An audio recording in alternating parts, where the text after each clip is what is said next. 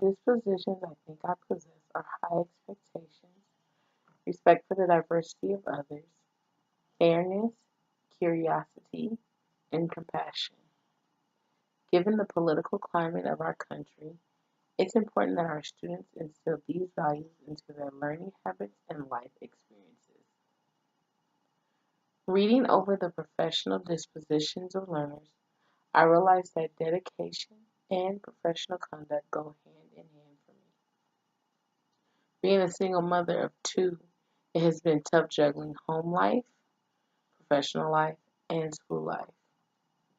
My oldest daughter, who is 6 years old, has to be at school by 7:45 a.m. My 4-year-old has to be at school at 8 a.m., but I also have to be at work at 8 a.m. This causes a lot of tardiness to work for me. This year, my youngest started a new school where I am not his teacher, and it has been a hard adjustment for the both of us.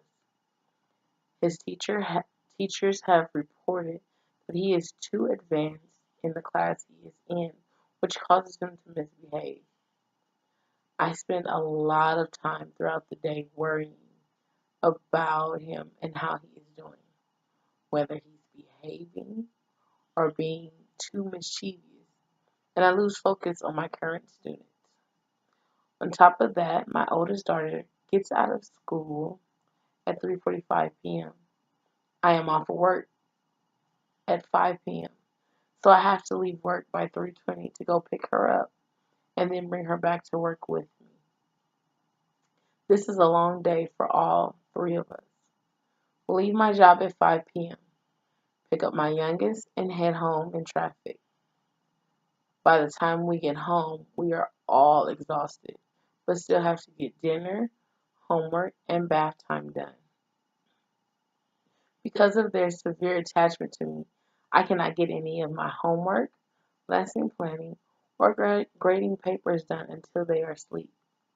This causes me to be overexhausted. Seems like when I just lay down to rest, it's 5 a.m. and I'm back up doing it all over again. I am dedicated to my children, and I want to be just as dedicated and prompt in completing my work in the classroom as well. It's very hard juggling all of these aspects of life. As far as my answer to number 3 goes, the dispositions allows me to see that each student isn't the same.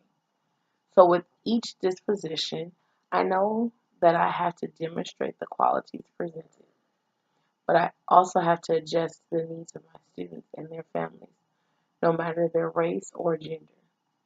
Potential bias affects teaching because it may cause the teacher to not be transparent. After receiving my evaluations, I think the most important disposition to abide by is advocacy. Whatever areas I or my students are struggling in, it will be my responsibility when seeking to understand those issues that are challenging to them. As long as I am always performing and or teaching to the best of my ability, I will continue to grow as an educator, and my students will continue to grow as lifelong learners.